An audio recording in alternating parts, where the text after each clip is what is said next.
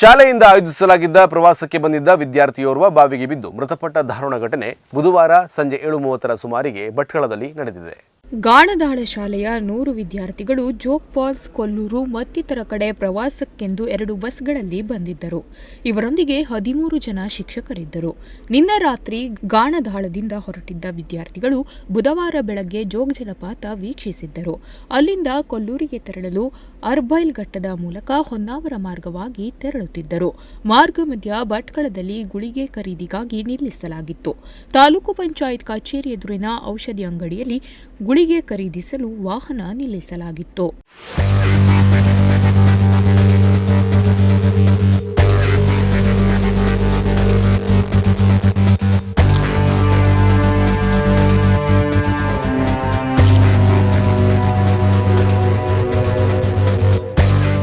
ಈ ಸಂದರ್ಭ ಕೆಲವು ಬಾಲಕರು ಮೂತ್ರ ವಿಸರ್ಜನೆಗೆಂದು ಔಷಧಿ ಅಂಗಡಿಯ ಹಿಂಬದಿ ಇರುವ ಖುಲ್ಲಾ ಜಾಗಕ್ಕೆ ತೆರಳಿದ್ದರು.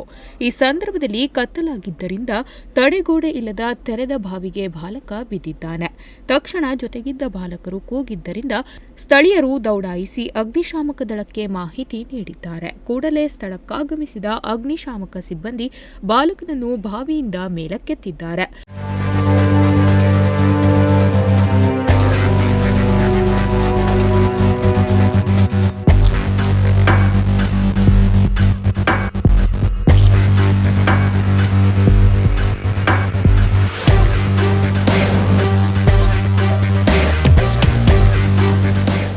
ಅಸ್ವಸ್ಥಗೊಂಡ ಬಾಲಕನನ್ನು ಸರ್ಕಾರಿ ಆಸ್ಪತ್ರೆಗೆ ಸಾಗಿಸಿ ತುರ್ತು ಚಿಕಿತ್ಸೆ ನೀಡಲು ಪ್ರಯತ್ನಿಸಿದರೂ ಸ್ಪಂದಿಸದೆ ಮೃತಪಟ್ಟಿರುವುದಾಗಿ ತಿಳಿದುಬಂದಿದೆ.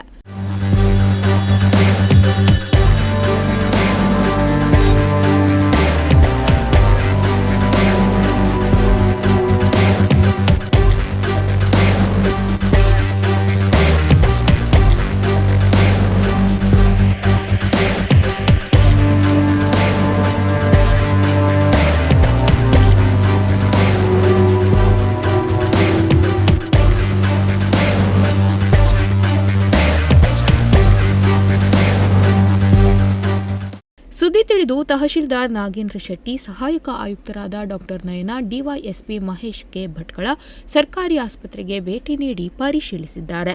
ಎಲ್ಲ ವಿದ್ಯಾರ್ಥಿಗಳಿಗೆ ಭಟ್ಕಳದ ಪ್ರವಾಸಿ ಮಂದಿರಕ್ಕೆ ಕರೆದೊಯ್ದು ಶಿಕ್ಷಕರ ಜೊತೆ ಮಾತುಕತೆ ನಡೆಸಿ ಬಳಿಕ ವಿದ್ಯಾರ್ಥಿಗಳು ಮತ್ತು ಶಿಕ್ಷಕರಿಗೆ ಕಿತ್ತೂರು ರಾಣಿ ಚೆನ್ನಮ್ಮ ವಸತಿ ನಿಲಯದಲ್ಲಿ ವಾಸ್ತವ್ಯಕ್ಕೆ ವ್ಯವಸ್ಥೆ ಮಾಡಿದ್ರು. ಉದಯನಾಯಕ್, ನುಡಿಸಿರಿ ನ್ಯೂಸ್, ಭಟ್ಕಳ.